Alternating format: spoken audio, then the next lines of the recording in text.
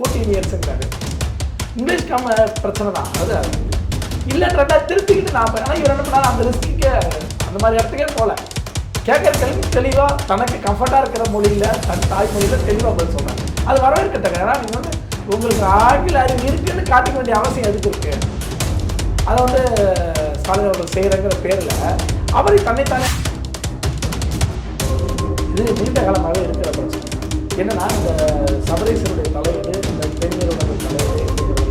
ஏன்னா ஒரு ஆட்சிக்கு வந்த உடனே போன சுற்றுப்பயணங்களாக கூட இருக்கேன், துபாய் போன, சிங்கப்பூர் போனோம்னா யாராவது மறுமணம் கூட கூட்டு போய் பார்த்துக்கலாம். எந்த அரசியல் எந்த பொலிட்டிக்கல் எல்லா கட்சியுமே த்ரூஅவுட் இந்தியா மனைவி போவாங்க. அதுதான் வந்து அரசு மரியாதை ரீதியாக நடக்கிற விஷயம். பொறுமையாக கூட போவாங்க, எல்லா அளவும் நடக்கிறாங்க. ஆனால் மறுமணம் கூட்டு போனவரெல்லாம் கிடையாது. துபாயில் பொண்ணு கூட இருந்தார், இவரெல்லாம் ஏற்பாடு பண்ணார், தொழிலதிபர்கள் சந்திக்க ஏற்பாடு. அது வலிமையான கூட்டணியாக நீங்கள் அதிமுக தான் இருக்குது. ஆனால் திமுக தன் ஆதரவான ஆட்களை வச்சு தொடர்ந்து பேசிகிட்டே இருக்கிறதுனா திமுக அணி என்டிஏ அணி அப்படி 2 அணியாக. ஏன்னா அவர்கள் பார்த்தீங்கன்னா நீங்கள் பார்லிமெண்ட் எலெக்ஷனில் கூட அதிமுக எதிர்த்து பிரச்சாரம் பண்ணாங்க. அவர்கள் தொலைக்காட்சியில் சன் போன்ற தொலைக்காட்சி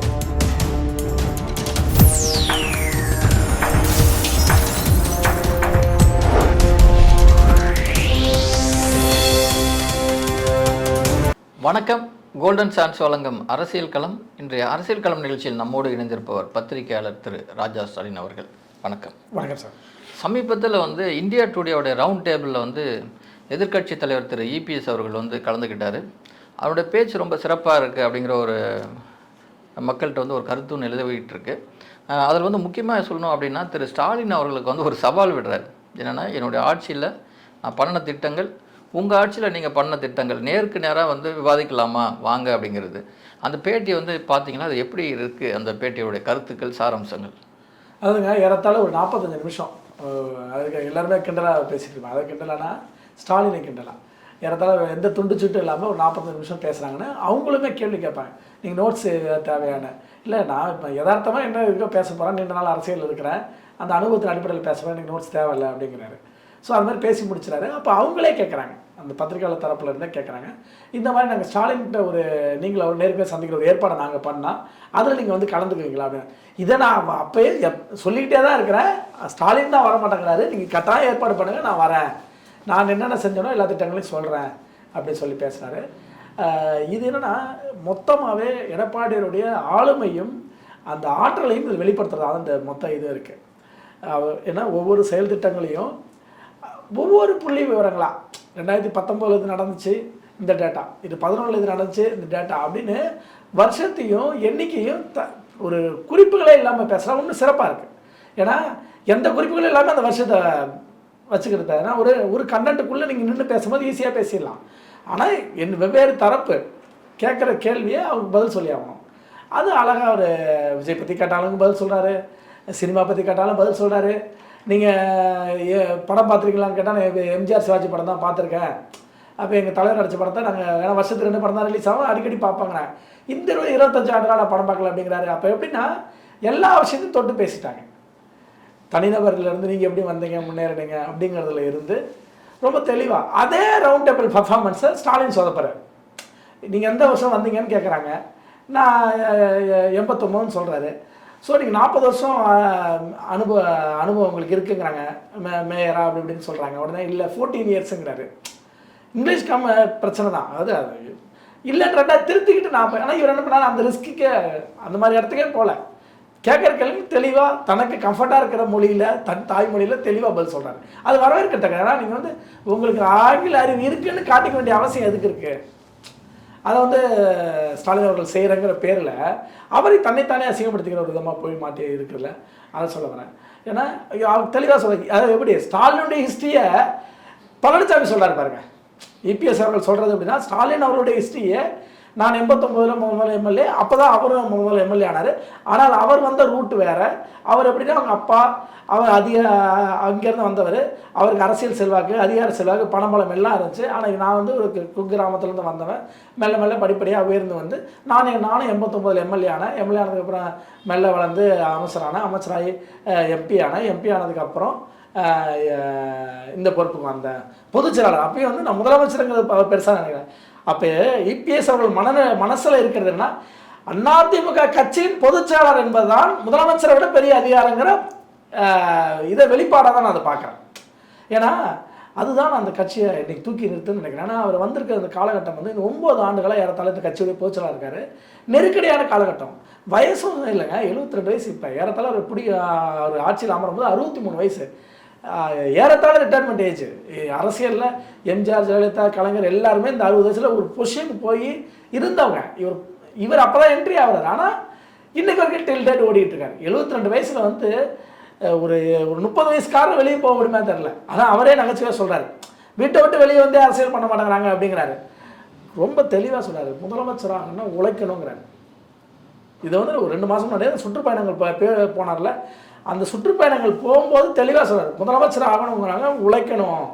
இன்னொன்று கூட முக்கியமாக சொல்கிறார், யார் வேணாலும் முதலமைச்சராகலாம், அதிமுகவில் உழைச்சா யார் வேணாலும் முதலமைச்சராகலாங்கிறதையும் பதிவு பண்ணுறாரு. ஆமாம், அது ரொம்ப இதுதான் அவருடைய ஆளுமை திறனாக பார்க்குறேன். என்னென்னா கூட இருக்கிறவர்களை ஊக்கப்படுத்துறது இருக்குல்ல, யார் வேணாலும் இந்த பொறுப்புக்கு வரலாங்க. நான் வந்திருக்கேன், எனக்கு எம்ஜிஆர் அவர்களுக்கு தொடர்பு இல்லை, எனக்கும் ஜெயலலிதா அம்மாவும் தொடர்பு இல்லை, கட்சியில் தவிர்த்து ரத்த உறவு இல்லை, ஆனால் நாங்கள் வந்திருக்கோம். அதே போல் அவரே என்ன சொல்கிறாருன்னா, சிவி சண்முகத்தை ஒரு கூட்டத்தில் இருக்கிறார், சிவி சண்முகம் நாளைக்கு முதலமைச்சர் வரலாங்கிறாரு. எஸ்பி உதயகுமார் ஏற்பாடு பண்ணுற கூட்டத்துக்கு போய் கலந்துட்டோன்னா அங்கே போய் என்ன சொல்ல, எஸ்பி உதயகுமார் நாளைக்கு முதல்வர் வரலாங்கிறாரு. இவ்வளோ ஏங்க, பண்ருட்டியில் சத்யான அந்த தொகுதியுடைய முன்னாள் எம்எல்ஏ அவர்கள் நடத்துகிற கூட்டத்தில் அவர்கள் கூட தமிழ்நாட்டில் முதலமைச்சராக வரலாம், அதிமுக கட்சிக்கு பொதுச்செயலாளர் வரலாம் அப்படிங்கிற வார்த்தையை அவர் சொல்கிறார். இது ஒரே ஒரு நாள் ஒரு பேச்சளவுக்காக ஸ்டாலின் சொல்லியிருக்காரா, இன்றைய முதல்வர் சொல்லியிருக்காரா? அந்த வார்த்தை இல்லை. ஏன்னா அவர்கள் மிஞ்சி போனால் ஸ்டாலின், அடுத்து உதயநிதி, அடுத்து இன்பநிதி, இப்படி தான். இந்த இடம் தான் இல்லை. ஏன்னா இவர்கிட்ட பார்க்க வேண்டிய விஷயம், எடப்பாடியாருக்கு எந்த சினிமா நிறுவனமும் இல்லைங்க, அவர் எந்த திரையரங்கத்துக்கும் முடக்கலைங்க. இதெல்லாம் பாசிட்டிவான விஷயம். ஆனால் அவங்க அப்படியா, உதயநிதிட்டு ஒரு பேட்டி கேட்பாங்க, அப்பா என்கிட்ட கேட்டார், இந்த சினிமா நம்ம தான் வெளியிடுறோம், இது நம்ம தான் வெளியிடுறோம், அப்போ அந்த படம் அதுவும் நம்ம தான் வெளியிடுறோம், அப்போ எல்லா படமும் நம்ம தான் வெளியிடுறோம். அப்போ என்ன அர்த்தம்னா மொத்த இண்டஸ்ட்ரியும் பிடிச்சி வச்சிருக்கேன்னு அர்த்தம். அப்படி ஒரே ஒரு சினிமா நிறுவனம் நான் எடப்பாடியார் வச்சிருக்காருன்னு சொல்லுங்கள், அல்லது அவர் குடும்பத்தை சேர்ந்த யாராவது அரசியல் நேரடி தொடர்புக்கு, அவருடைய மகன் பேர் யாருக்கா தெரியுமா கேளுங்க. பத்திரிகையாளர்களாக இருக்க ஒரு சிலருக்கு மட்டும்தான் தெரியும், அப்படியும் பத்திரிகையாளர் பெருவாரியாலும் தெரியாது, பேர் மட்டும். அவருடைய மனைவி பேர் தெரியாது. ஆனால் இங்கே அந்த நிலைமையா ஸ்டாலின் அவர்களுக்கு மொத்த குடும்பமுமே அரசியல் செல்வாக்கு இருக்கு, அதிகாரத்தை செலுத்துது, கட்சியில் பொறுப்பில் இருக்கிறவங்களுடைய செயல்பாட்டிலே தலையிடுறாங்க குடும்பம். துர்கா ஸ்டாலின் தலையீடு, சபரீசன் தலையீடு, மருமகள் கிருத்தி அவருடைய தலையீடு, இப்படி ஒவ்வொருத்தரும் தலையீடு அதில் இருக்குது. ஆக இந்த மாதிரியான சூழல் தான் திமுக அதிமுக பாசிட்டிவ் விஷயமா மக்கள் பார்க்குறாங்க. இப்போ தலையீடு அப்படின்னு சொல்லும் போது தான் எனக்கு இன்னொரு கேள்வி இருக்குது. தென் மாவட்ட பொறுப்பாளராக திருமதி கனிமொழி எம்பியை வந்து தேர்தல் பொறுப்பாளராக திமுக நியமிச்சிருக்காங்க. அவங்க தொடர்ந்து சென்று அங்கே இருக்கிற மக்கள்கிட்ட எல்லாம் கருத்து கேட்டு வராங்க.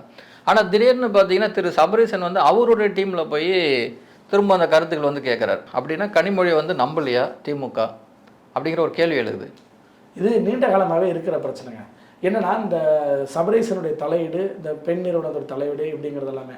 ஏன்னா ஒரு ஆட்சிக்கு வந்த உடனே போன சுற்றுப்பயணங்களாக கூட இருக்கட்டும், துபாய் போனால், சிங்கப்பூர் போனாலாம் யாராவது மருமான கூட கூட்டு போய் பார்த்துருக்கீங்களா? எந்த அரசியல்வாதியாவது, எந்த பொலிட்டிக்கல் பவர், எல்லா கட்சியுமே த்ரூ அவுட் இந்தியா மனைவி போவாங்க கூட. அதுதான் வந்து அரசு மரியாதை ரீதியாக நடக்கிற விஷயம். துணைமையார் கூட போவாங்க, எல்லா நாடுகளும் நடக்கிறது தான். ஆனால் மறுமான கூட்டு போன வரலாறு கிடையாது. துபாயில் போகும்போது கூட இருந்தார், இவர் தான் ஏற்பாடு பண்ணார், தொழிலதிபர்களை சந்திக்கிற ஏற்பாடு பண்ணார், எல்லாமே பண்ணார். சரி, இது ஒரு பக்கம். அரசியல் தலையீடு, பொறுப்பு யார் இவங்களை பொறுப்பில் நியமிக்கிறது, அதிகாரிகளை காவல்துறை சேர்ந்த பொறுப்பில் போடுறது, இந்த அதிகாரி போடுறது, இந்த ஐஏஎஸ் போடுறது, மாற்றங்கள் இடமாற்றம் உட்பட தலையிடறாருன்னு சொல்லிட்டு இருந்தாங்க. இது எல்லாத்தையும் தாண்டி தேர்தலில் வந்துருச்சு பெண் நிறுவனத்துடைய வேலை. அது பெண் நிறுவனம் தொடர்ந்து 2 மாதமாகவே ஒவ்வொரு சட்டமன்ற தொகுதியிலையும் யார் செல்வாக்காக இருக்காங்களோ அந்த செல்வாக்காக இருக்கிறவங்கள விட்டுட்டு அவங்களுக்கு யார் வந்து கவனிக்கிறாங்களோ, என்ன அதை இப்போ நம்ம ஸ்வீட் பாக்ஸ்ன்னு பேசுகிறாங்களே, அந்த மாதிரி யாரெல்லாம் தங்களை கவனிக்கிறாங்களோ அவர்களுக்கு நாங்கள் செய்கிறோம் அப்படின்னு சொல்லி ஒரு 5 பேர் ரெஃபர் பண்ணி அது சிக்கலாக போய் அதை மாட்டி அதன் மீது நடவடிக்கை எடுத்து அந்த பெண் நிறுவனத்துடைய முக்கிய பொறுப்பில் இருந்த நிர்வாகி ஒருத்தர் யோகேஷ் கண்ணான்னு சொல்லிட்டு, அது திருப்பூர் மாவட்ட செயலாளர், ஒரு எம்எல்ஏவும் கூட, செல்வராஜ், அவருடைய மருமகன் தான் இவர். அவருடைய திருமணத்துக்கே கூட நம்ம முதல்வர் ஸ்டாலின் போயிருக்காரு. ஆக அவர் மீது நடவடிக்கை எடுத்து இப்போ பெண் நிறுவனத்தில் இல்லை.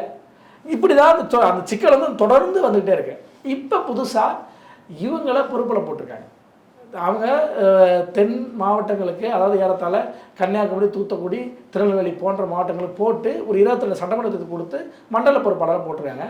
அவங்க போய் பூத் கமிட்டி கூட்டம் நடத்துகிறாங்க. பூத்து பொறுப்பாளர்களுக்கு கூட்டம் நடத்துகிறாங்க.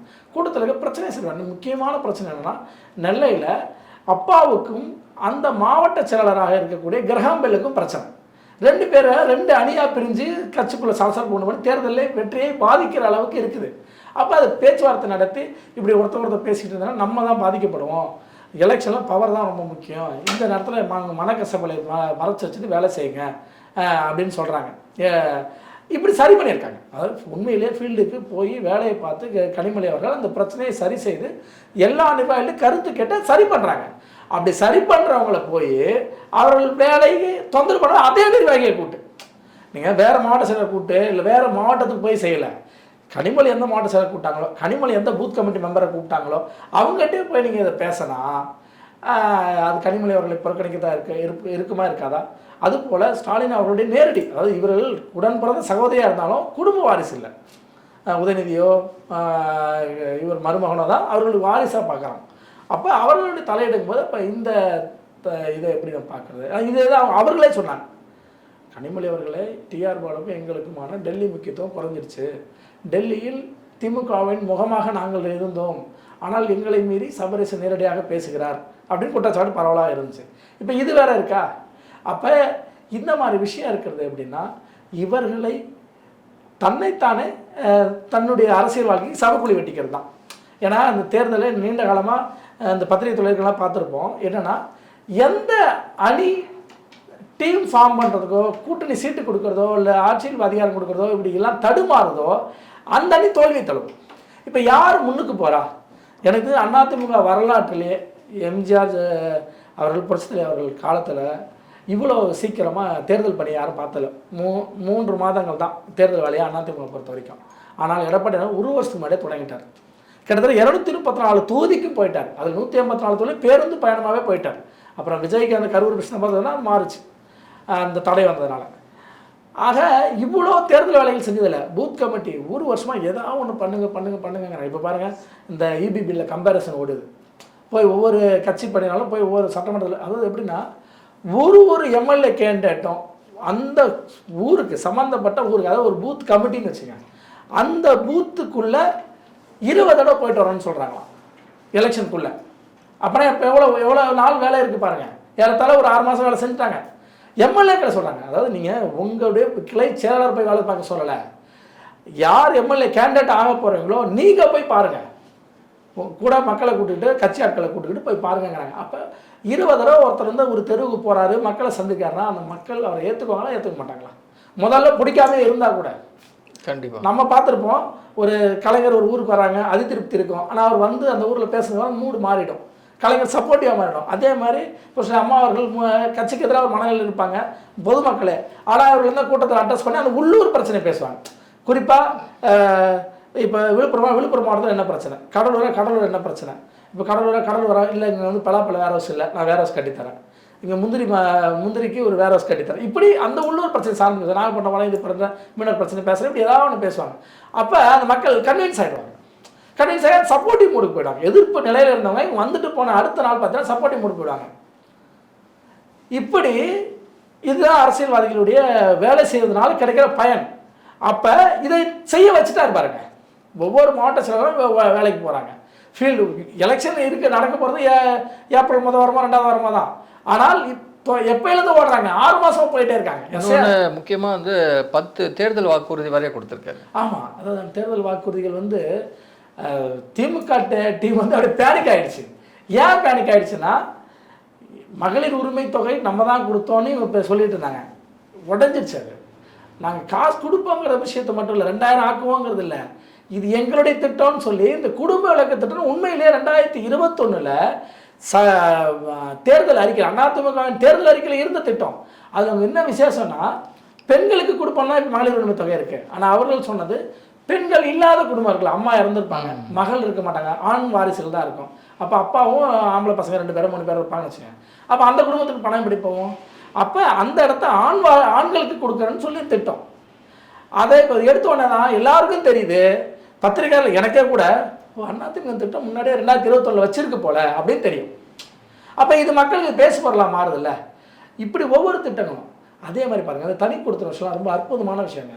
ஏன்னா அதுவும் குறிப்பாக தலித் மக்களுக்கு வீடே பார்த்தீங்கன்னா ஒரு 200 சதுரடி அதிகபட்சமாக 100 சதுரலேருந்து 200 சதுரடி தான் வீடே இருக்கும். அந்த வீட்டில் அப்பா மகன் 2 பையன் இருப்பான், அதில் திருமண மாணவர்கள் இருப்பாங்க. அவங்க எப்படி அவங்க இல்வாழ்க்கையை நடத்துவது, இப்படியான விஷயத்தில் அக்கறை எடுத்து கரெக்டாக தலித் மக்கள் திருமணம் பண்ணோட தனி கொடுத்துன போகிறவர்களுக்கு நிலம் இல்லாதவர்களுக்கே இருக்கப்பா என்ன சொல்கிறாருன்னா, நிலம் இல்லாதவர்களுக்கு நிலம் வாங்கி வீடு கட்டி தருவாங்கிறார், காங்கிரீட் வீடு கட்டி தரேன்றார். ஆக இது எந்த அளவுக்கு சிறப்பாக இந்த விஷயம். இப்போ பட்டியலினத்தவர்களுக்கு வீடு கட்டித்தரோம் அப்படிங்கிற அந்த விஷயம், கான்கிரீட் வீடுகள் கட்டித்தரோங்கிறது இந்த வாக்குறுதிகள் வந்து உண்மையிலேயே மிக முக்கியத்துவமான விஷயம். ஏன்னா ஒரு 200 சதுரடி தான் அதிகபட்சம் அந்த வீடாக இருக்கும். அது கூரை வீடாக இருக்கும்.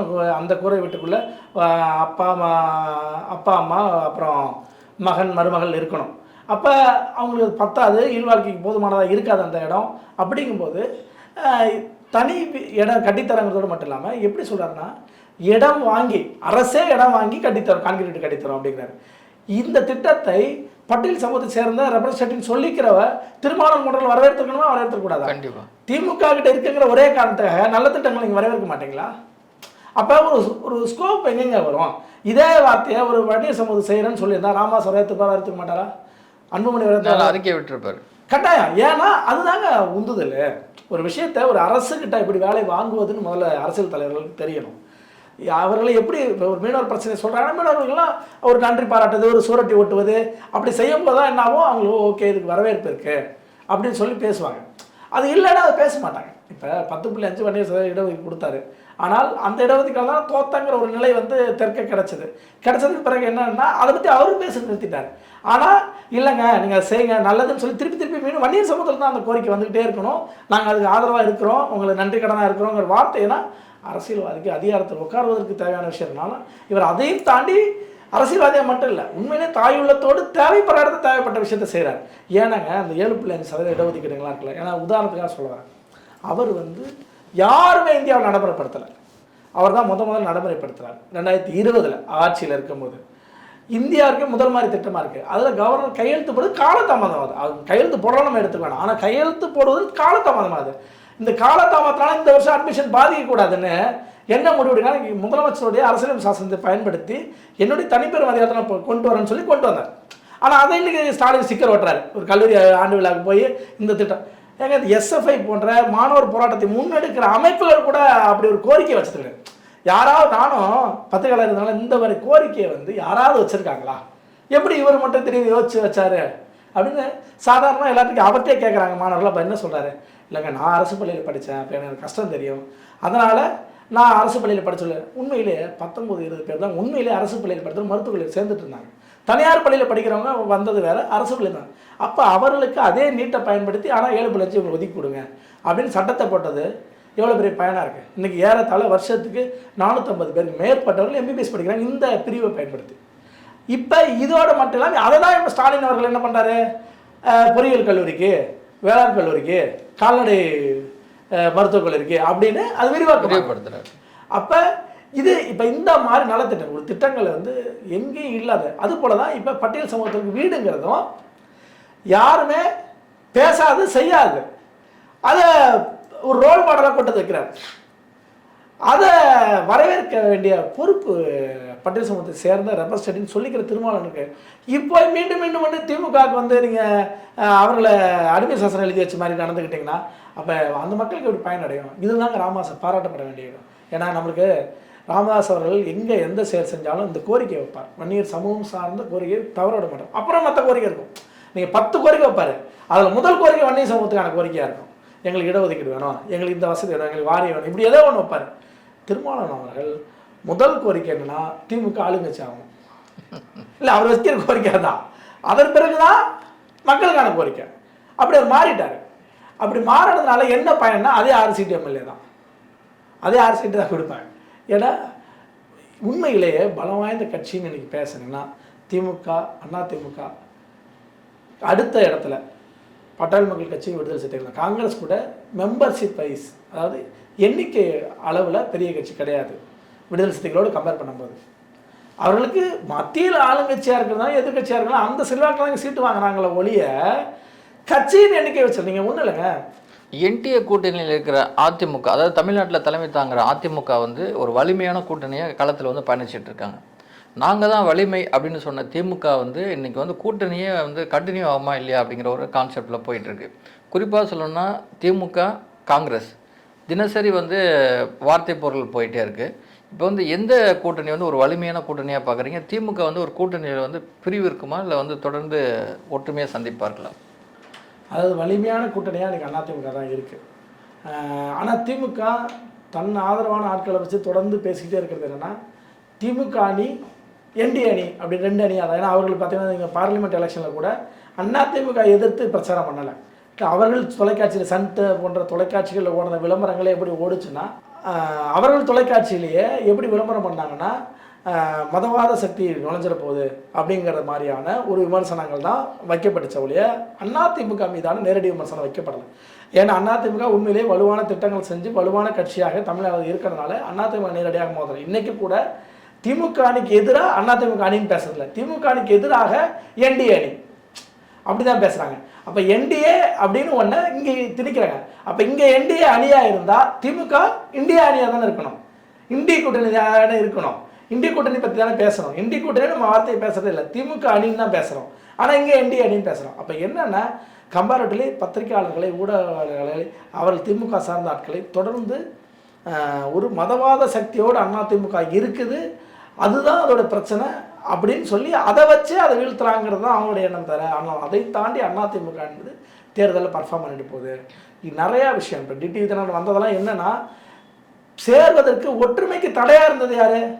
இபிஎஸ் தான் இருந்தாருன்னு சொன்னாங்க. ஆனால் கடைசியில் இபிஎஸ்ஸான கூட்டையை வச்சு டிடிவி தினகரனை சேர்த்தாங்க. சேர்த்து இன்றைக்கி ஒற்றுமைக்கு வழிவகுத்துட்டாங்களா?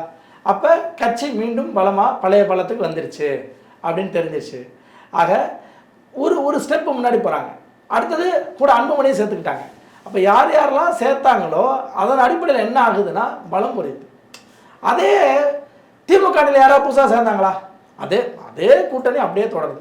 அதாவது புதுசாக சேர்றது தான் பாசிட்டிவ், அப்படியே தொடர்றது பாசிட்டிவ் இல்லை. நீங்கள் அப்படியே இருக்கலாம், ஆனால் கூட ஒருத்தராக சேர்ந்துருக்கணும்ல. மக்கள் நல அதாவது மக்கள் நீதி மையமும் உங்கள்கிட்ட முன்னாடி 2 வருஷம் முன்னாடி வந்துட்டாங்க, எம்பி பதவி அவர் அனுபவிக்கிறார் கூட. அப்போ அது ஒன்று தான் உங்களுக்கு கூடுதல் பாசிட்டிவ். ஆனால் வேறு யாராவது சேர்ந்தது இல்லையே. அப்போ தேமுதிகையாக வெளியே இருக்காங்க, இவ்வளோ நேரம் காங்கிரஸாக இருக்காங்க. காங்கிரஸ் இன்னும் வந்து உறுதிப்படுத்தலை. ஆனால் அந்த சலசலப்பு என்ன உண்டு பண்ணி எப்படி தேர்தல் ஒர்க் பண்ண போவான்? அடுத்து 1 மாதம் 2 மாதம் தேர்தல் வேலைக்கு போகணும். அப்படியே நான் அந்த நட்போடமே மாணிக்க தவறுன்னு எதிர்த்து பேசுகிறார். நாராயணசாமி சீன்லேயே இல்லை, நாராயணசாமி இப்போ பேச ஆரம்பிச்சிட்டார், புதுச்சேரி நாராயணசாமி அவர்கள். ஏன்னா 2006 ஆட்சி வந்து திமுக ஆளுவதற்கு துணையாக இருந்தது காங்கிரஸ். அப்போ நாராயணசாமிக்கு பெரிய ரோல் இருந்துச்சு. அதனால் இன்னைக்கு வெறும் மாணிக்க தாக்கலும் பிரவீன் சக்கரவர்த்தியும் பேசிட்டு இருந்ததை தாண்டி இன்றைக்கி நேரடி அவரே பேச வச்சுட்டாங்க. அப்போ என்னென்னா சலசலப்பு இருக்கிறது உண்மை. அந்த சலசலப்பு காங்கிரஸின் மேலிடத்திலிருந்து வருகிறது. ஏன்னா நாராயணசாமி அவர்கள் ராகுல் காந்தியோ சோனியா காந்தியோ உத்தரவு இல்லாமல் அல்லது கண்ணசைவு இல்லாமல் பேச மாட்டாங்க. இன்னொன்று திரு ராகுல் காந்தியே இந்த பிரச்சனைக்கு முற்றுப்புள்ளி வைக்காமல் தொடர்றதுன்னு தான் விட்டுட்டு இருக்காரு. ஆமாம், ஏன்னா இது ஒரு முடிவெட்டணும். ஏன்னா 2026 உண்மையிலேயே தோழமையோடு தான் விட்டு கொடுத்தாங்க. இப்போ அவங்களுக்கு கேவேன்னு கேட்குறாங்க, அது அவங்களோட உரிமை. ஆனால் நாங்கள் கொடுக்க மாட்டோம்னு சொல்லிகிட்டே இருக்காங்க. ஆனால் அதிமுக அணியில் ஏதாவது பேசியிருக்கா? ஆனால் இவர்களே பத்திரிகையாளர்களே பேசுவாங்க, நீங்கள் கூட்டணி ஆட்சி ஏங்க பாஜக என்னைக்கு கூட்டணி ஆட்சி வேணும்னு கேட்டுச்சு? நாகேந்திரன் பேசினாரா?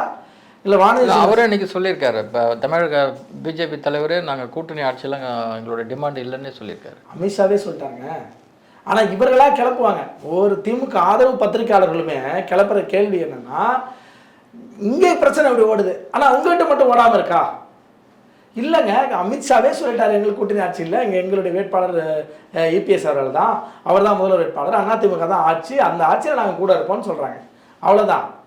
ஆனால் மீண்டும் மீண்டும் மீண்டும் அந்த பிரச்சனை ஓடுது. மாணிக்க தாக்கூர் சொல்கிறாங்க, ஜோதிமணி சொல்கிறாங்க, சொத்து சூர்யா சொல்கிறாரு, இப்படி காங்கிரஸ் சேர்ந்த எல்லாரும் சொல்லிட்டாங்க. இப்போ புதுசாக இவரும் சொல்லிட்டாரு, நாராயணசாமி உள்ள சேர்ந்த தமிழ்நாட்டு முகங்கள், அப்புறம் வெளியிருக்க பிரவீன் சக்கரவர்த்தி போன்ற ஆட்கள்லாம் விட்டுருங்க, இவங்க இப்படி எல்லாரும் சொல்கிறாங்க வெளிப்படையா. இப்படி யாராவது ஒருத்தர் நீங்கள் சொன்னாங்கன்னு சொல்லுங்கள். ஆனால் அப்படி சொல்லாத வலுவாக இருக்கிற அணி அதிமுக அணி. இந்த அதிமுக அணியை பலவீனமாக இருக்குன்னு சொல்கிறாங்க எல்லாரும். ஆனால் இங்கே பிரச்சனை ஓடிட்டு இருக்கு, ஆனால் அது பலமாக இருக்குங்கிறாங்க. இதுதான் முரண்பாடு. இது நம்மளுக்கு தேர்தலில் நிறையா நீண்ட கால தேர்தல் நம்ம முடிவுகளை பார்த்ததுனால தெரியும்.